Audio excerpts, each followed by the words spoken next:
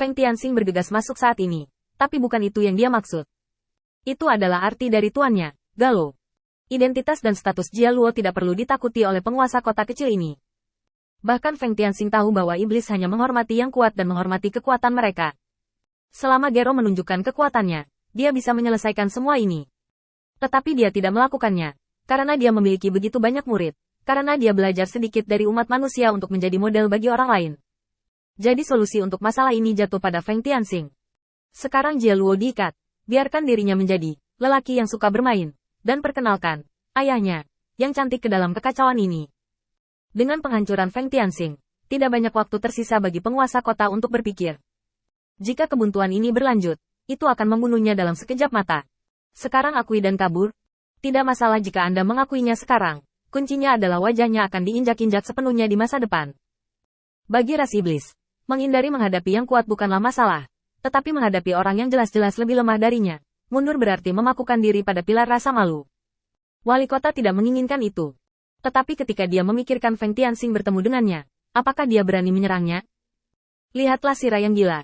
Jika sesuatu benar-benar terjadi, dia pasti tidak akan melepaskannya dengan mudah. Apa yang kamu lakukan?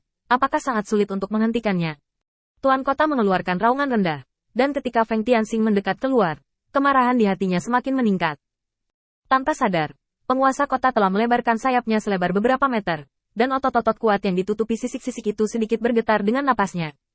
Tiba-tiba, sebuah batu pecah dari kejauhan. Penguasa kota melihat posisi batu itu, dan menghancurkan batu itu dengan ekornya. Baru saat itulah dia menjilat bibirnya, dan amarah di hatinya tak terbendung. Feng Tianxing ini sudah terlalu jauh. Apakah Anda benar-benar tidak berani melakukan apapun padanya? Menarik setan di depannya, penguasa kota menginjak tanah, dan angin dingin menyapu, menyebarkan makna pembunuhan. Tiba-tiba, embusan angin bertiup, dan angin dingin yang dalam dan aneh bertiup entah dari mana, dan seluruh langit mulai menjadi gelap. Pendukung kota membuka cakar. Feng Tianxing, saya menyarankan Anda untuk tidak melangkah terlalu jauh. Tidak peduli seberapa kuat ayahmu, dia bukan lawan saya. Di dunia yang berangsur-angsur meredup ini, sepasang mata cerah tiba-tiba muncul di kegelapan. Tapak. Telapak kakinya yang tebal mendarat dengan kuat di dinding halaman. Ekspresi Feng Tianxing sangat serius. Tubuh lengkap. Sebelum iblis dapat memahami aturan dunia, pertumbuhan mereka dapat dibagi menjadi tubuh remaja, tubuh tumbuh, tubuh lengkap. Ketiga tahap pertumbuhan fisik ini berbeda. Ketiga kondisi fisik ini sesuai dengan proses perkembangan dari tiga ras iblis. Tubuh remaja itu seperti Feng Tianxing, dan tubuhnya belum tumbuh sempurna, dan tubuh seperti sayap masih dalam tahap pertumbuhan. Dan tanda pertumbuhan tubuh adalah untuk menunjukkan sifat sebenarnya dari ras iblis. Adapun tubuh lengkap, yaitu, itu sedikit menyentuh aturan dunia, dan hanya selangkah lagi untuk menyingkirkan tahap di mana Anda hanya dapat mengandalkan tubuh fisik untuk bertarung. Sekarang pemilik kota sangat marah, dan dunia telah mengalami perubahan yang sangat berbeda. Jelas, tubuh yang lengkap ini tidak jauh dari menguasai aturan dunia. Dengan tubuh remaja melawan tubuh bagian atas, pada dasarnya tidak ada kemungkinan untuk menang. Tuan kota mengambil sikap seperti itu untuk menunjukkan pencegahannya. Dia tidak ingin melawan Feng Tianxing, dan berharap dia bisa mundur meskipun ada kesulitan. Jika kamu terobsesi, jangan salahkan aku karena kejam. Ini sama dengan kata peringatan terakhir. Feng Tianxing tersenyum tipis. Betapa besar mengat besar yang berterbangan. Kata-kata Feng Tianxing membuat semua iblis yang hadir tercengang. Seluruh tubuh penguasa kota yang bermartabat. Anda benar-benar mengatakan bahwa itu adalah mengat besar yang berterbangan. Ini bukan tentang mengejar kematian. Bahkan Jiang, yang mengikuti di belakang, ketakutan. Sudah berakhir. Sudah berakhir. Feng telah membuat kecelakaan besar kali ini, dan kamu harus segera memberitahu tuannya.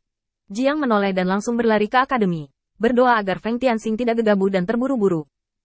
Tuan kota melangkah maju, dan satu-satunya pakaian yang tersisa yang robek di tubuhnya juga jatuh ke tanah, dan rasa penindasan yang kuat melanda. Feng Tianxing tiba-tiba mengangkat kepalanya, mengulurkan tangannya dan memberi isyarat di depannya. Untuk mengat sebesar itu, jika digunakan untuk memanggang, lebih tepat menggunakan panggangan besar. Ini, saya khawatir harus disesuaikan. Penghinaan Feng Tianxing beberapa kali langsung membuat pemilik kota geram. Dia melompat keluar dan langsung membunuh Feng Tianxing. Tanpa menunjukkan belas kasihan, dia meraih dan mengayunkannya ke tubuh Feng Tianxing. Ledakan. Dengan suara teredam, celah api muncul di dinding halaman.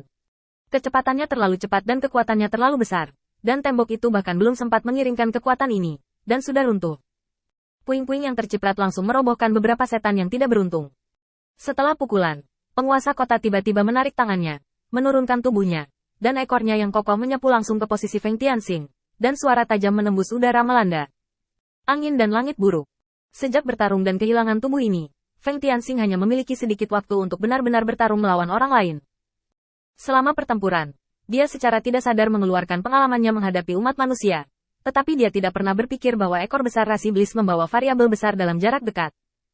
Ekor yang tersapu membuat Feng Tianxing tidak dapat mengelak secara langsung.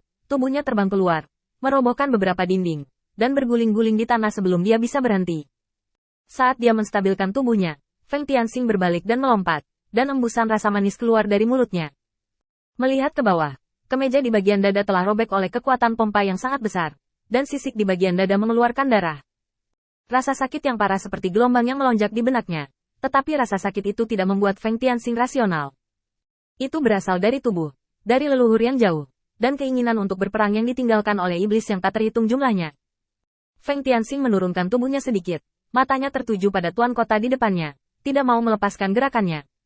Lidah menjulur keluar dari mulutnya, menjilati bau darah yang keluar dari mulutnya.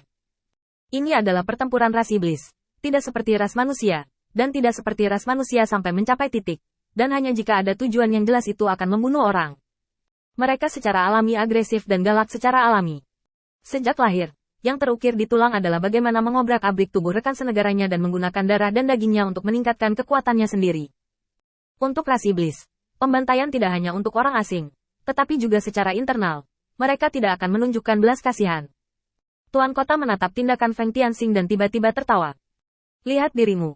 Kamu biasanya berpura-pura menjadi manusia, tapi sekarang ini benar-benar masalah hidup dan mati. Kamu masih harus menggunakan sikap klan iblisku dan menghadapinya dengan metode klan iblisku.